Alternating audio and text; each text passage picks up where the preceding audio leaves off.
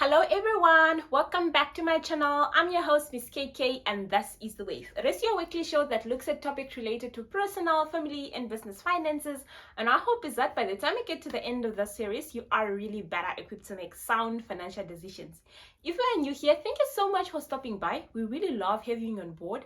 Please consider subscribing, and if you are already a returning subscriber, an awesome appreciation to you guys for always stopping by, interacting in the comment section, as well as giving our videos a thumbs up, as it really helps us when you do that.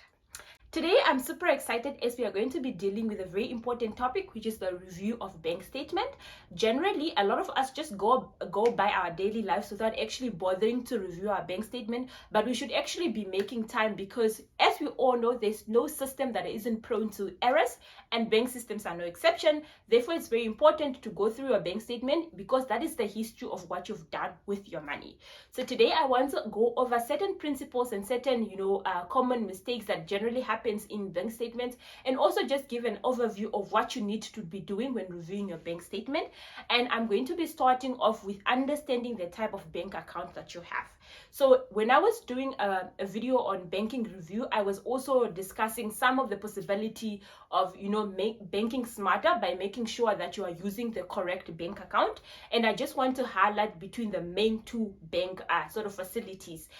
Generally, you have a pay-as-you-go account where you incur bank charges. The more you transact, the more the bank charges you. Or you have a bundled account where the bank can say, we will charge you a flat fee. What you do in the middle of the month does not concern us. You only pay a flat fee. And then you obviously have a hybrid of both, where you have a flat fee. Beyond certain transaction, you start incurring pay-as-you-go. So understanding the type of bank account that you have will help you when you review your bank statement, because you sort of know whether you are expecting random bank charges or you are expecting a flat fee.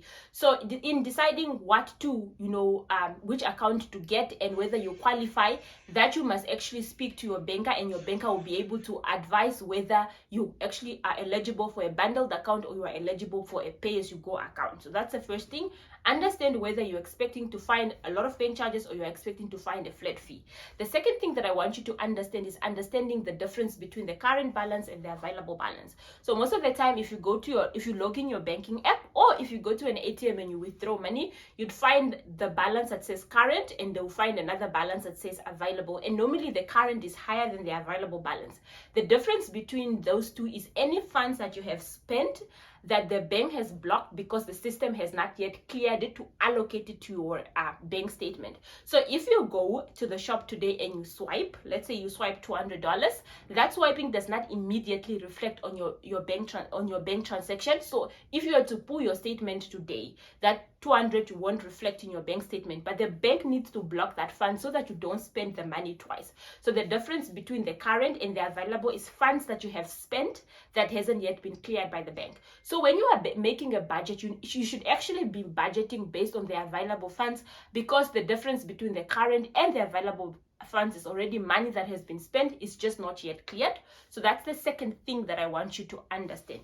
The third thing that will really help you when you are reviewing your bank statement is the use of proper referencing. So for a lot of people, when you withdraw too much, pay, wallets and all of that, it becomes very difficult to do a bank statement review, because the referencing on your bank transaction is just cash withdrawals, or wallet this, or pay to sell. So what you should actually be striving for is, you should strive for a bank statement that has a history, that you can recall what you did with the money.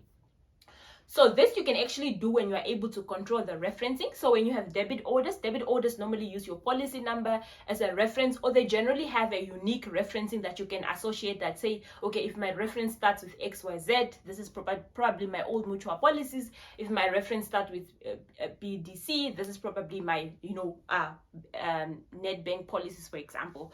But when you are making the payments yourself, you actually have the power to reference how you want it, and actually putting the description of what you paid the money for would really help you. So when I pay my water and electricity, I just write rates and taxes, or water and electricity, so that when I come back and reflect what I actually did with the money, I can remember based on the referencing. So the better you reference your bank statement, the better it will be when you come back, and you don't have to keep trying to remember what exactly you did with the money. So proper referencing is very, very important.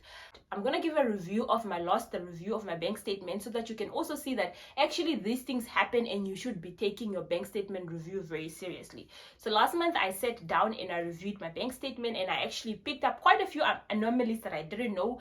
And one of the things is, I saw there was a $400 deducted randomly with a weird reference number.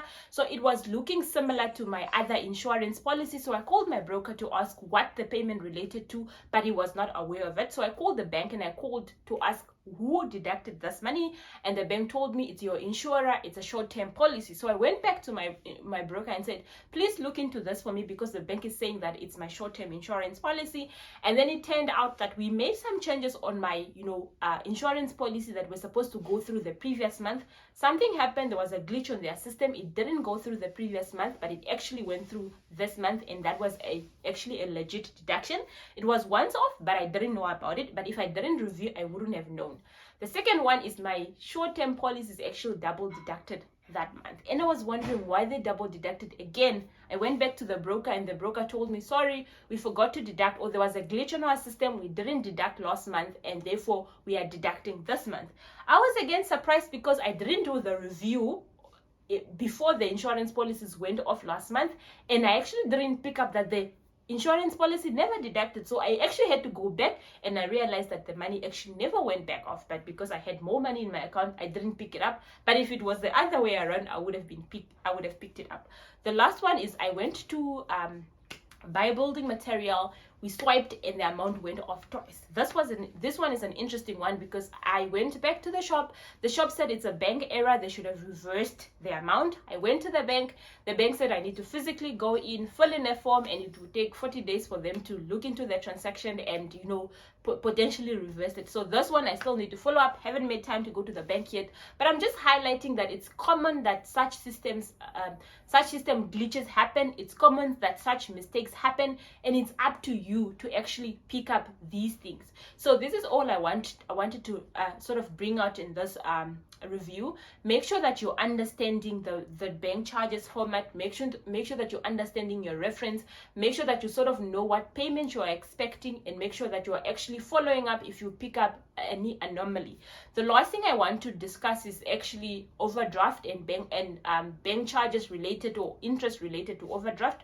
For some of us, we have approved overdraft limits, and therefore the bank charges us interest on that.